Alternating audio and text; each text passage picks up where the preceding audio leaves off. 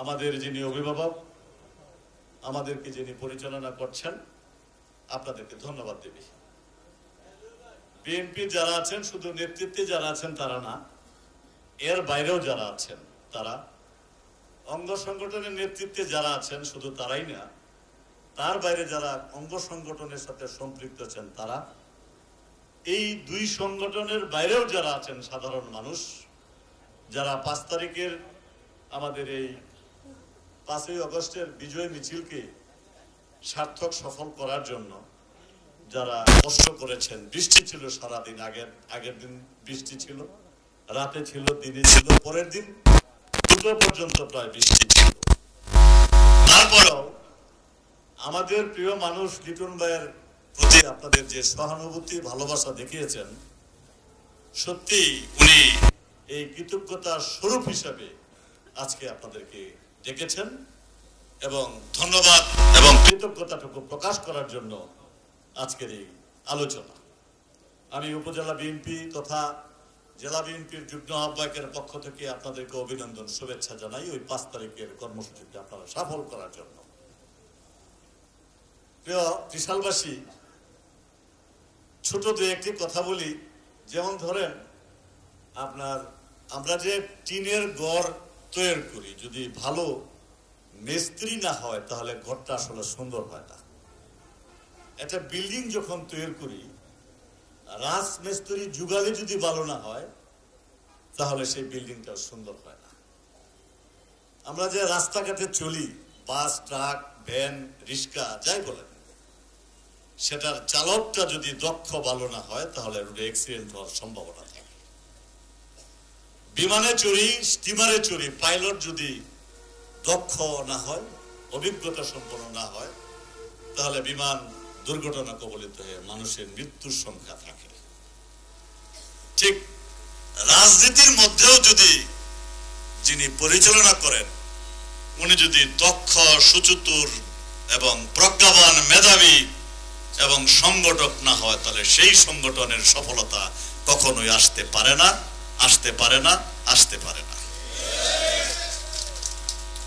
ভাইরা, রাস্তায় যারা আছেন আমার এই কথাটা শুনছেন, গুড, থ্যাংক ইউ। লিটন ভাই একজন দক্ষ সংগঠক, লিটন ভাই দক্ষ রাজনীতিবিদ, লিটন ভাই একজন উচ্চ শিক্ষিত মানুষ, লিটন ভাই একজন বিজ্ঞমান ব্যক্তি, সজ্জন ব্যক্তি, পরিচ্ছন্ন এবং সৎ ব্যক্তি। ঠিক বলছেন, আসতে বলেন কেন? আমরা বাংলাদেশি 3টা জিনিসের মধ্যে খুব ঘাটতি আছে, আপনারা সবাই জেনে রাখুন। আমরা ভালোভাবে কাঁদতে পারি না, ভালোভাবে হাসতেও পারি না, ভালো কথা শোনার পরে যে ক্ল্যাপ দিব সেটাও পারি না। এই যে দেখছেন, ঠিক বলছে 3 জন বা 4 জন। আমি কি কথাটা ঠিক বলছি না? প্রিয় ত্রিশালবাসী, এই 46 বছরের ইতিহাসে মরহুম আবুল মনসুর ব্যতীত যারা ত্রিশালের বাংলাদেশ জাতীয়তাবাদী দলের নেতৃত্ব দিয়েছেন, যারা সংগঠনকে প্রতিষ্ঠিত করার জন্য 46 বছর কাজ করেছেন, মরহুম আবুল মনসুর ছাড়া সর্বকালের সর্বশ্রেষ্ঠ সংগঠক, রাজনীতিবিদ ডাক্তার মাহবুব আলী লিটন। প্রিয় ত্রিশালবাসী, এমন একজন দক্ষ, প্রাজ্ঞবান, শিক্ষিত রাজনীতিবিদ যদি পার্লামেন্টে এই ত্রিশালের সাধারণ মানুষের ভোটের মাধ্যমে যদি সংসদ নির্বাচিত করে জাতীয় সংসদে পাঠাতে পারি, তাহলে ত্রিশালের রাস্তাঘাট, শিক্ষা প্রতিষ্ঠান, ধর্মীয় প্রতিষ্ঠান উন্নয়নের ছোঁয়া থেকে বাদ থাকবে ভাইরা আমার। পার্লামেন্টে যাওয়ার স্বপ্ন অনেকেরই থাকে, আমারও আছে, এখানে যারা বসে আছেন তাদেরও আছে, আপনাদের সারিতে যারা আছেন তাদেরও থাকতে পারে। বাট মনে করতে হবে, মনে রাখতে হবে, পার্লামেন্ট, জাতীয় সংসদ, রাষ্ট্রের মধ্যে যারা বসবাস করে, রাষ্ট্রের উন্নয়ন, মানুষের উন্নয়ন, আইন প্রণয়ন সবকিছু একজন জাতীয় সংসদ কর্তৃক অনুষ্ঠিত নির্ধারিত হয়ে থাকে।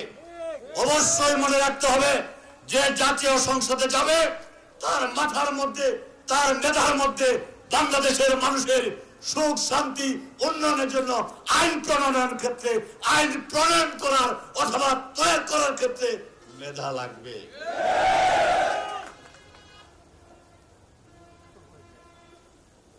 আরে ভাই, মিনিট তো আমি জানি কই মিনিটে শেষ করা, আমার টাইম দিয়েছে, ওই টাইমে আমি শেষ করা। আমাকে টাইম দেওয়া হয়েছে, আমাদের প্রিয় নেতা বলছে 20 মিনিট আমাকে টাইম দিয়ে দিলে চলবে।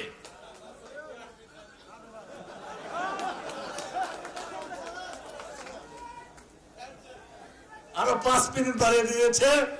আমি ত্রিশালবাসীর পক্ষ থেকে লিটনদাকে সেলুট জানাই।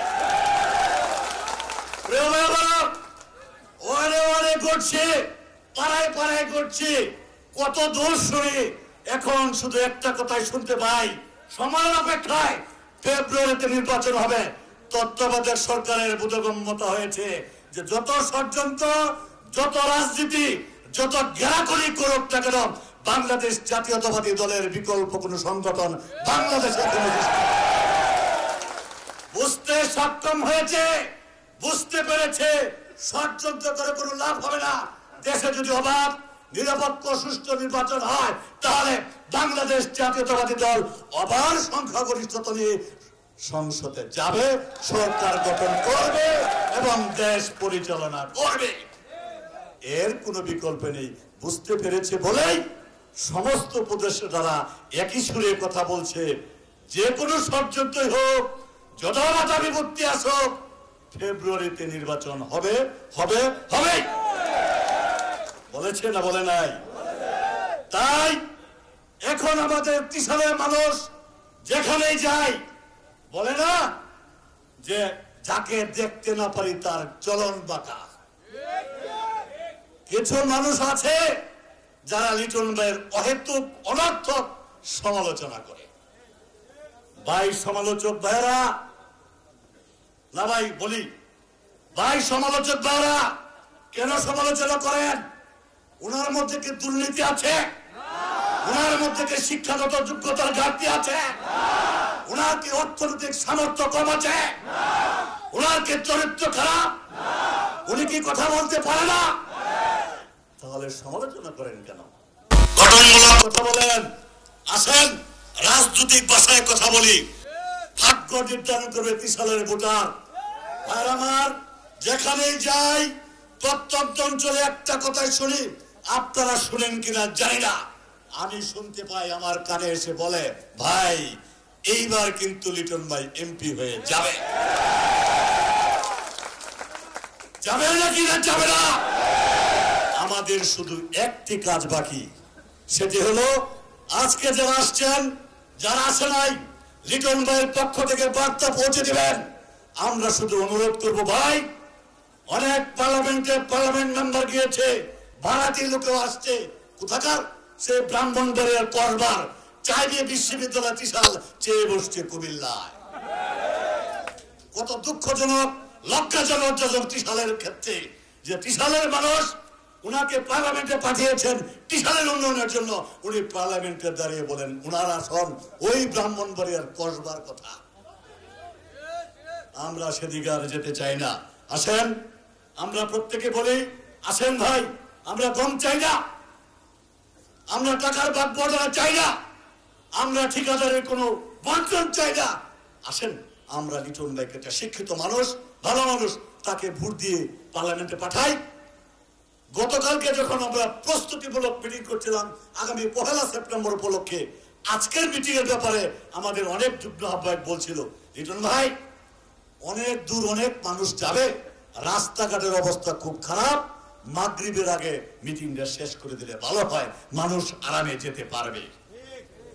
ভাই আমার, এর পিছনে তাৎপর্য বুঝতে সক্ষম হয়েছেন? মানে কি, এখন পর্যন্ত ত্রিশালের শত শত কিলোমিটার মানুষের হাঁটার অনুপযোগী। তাই কথা আসছে যে সন্ধ্যার আগে ছেড়ে দিলে মানুষগুলো ভালোভাবে যেতে পারবে। প্রিয় ত্রিশালবাসী, প্রিয় ভাইয়েরা, জাতীয়তাবাদী আদর্শের সৈনিক যারা আছেন তাদেরকে বলছি, আমি চিনি, আপনারা চিনেন, আমি একটু বেশি চিনি। উনি যদি পার্লামেন্টে যেতে পারেন তাহলে এই যে শব্দটা আসছে যে সন্ধ্যার পর যাওয়াটা কষ্ট হবে, সন্ধ্যা নয়, রাত দুটো বাজলেও আপনারা এই ত্রিশাল থেকে আপনাদের বাড়িতে পৌঁছতে পারবেন যদি ডাক্তার লিটনকে পার্লামেন্টে পাঠাতে পারেন। আপনাদের কাছে বিনীত অনুরোধ 5 তারিখ আপনারা আসছেন, আপনাদেরকে অভিনন্দন, সংগ্রামী শুভেচ্ছা এবং থানা বিএনপির পক্ষ থেকে আমি কনভেনর হিসেবে আপনাদেরকে একটা স্যালুট জানাচ্ছি। সকলকে ধন্যবাদ জানিয়ে বক্তব্য শেষ করছি। খুদা হাফেজ। বাংলাদেশ জিন্দাবাদ, বেগম খালেদা জিন্দাবাদ, তারেক রহমান জিন্দাবাদ। আমরা প্রত্যাশায় আছি ডাক্তার লিটন এমপি হবেন। লিটন ভাই জিন্দাবাদ, জিন্দাবাদ।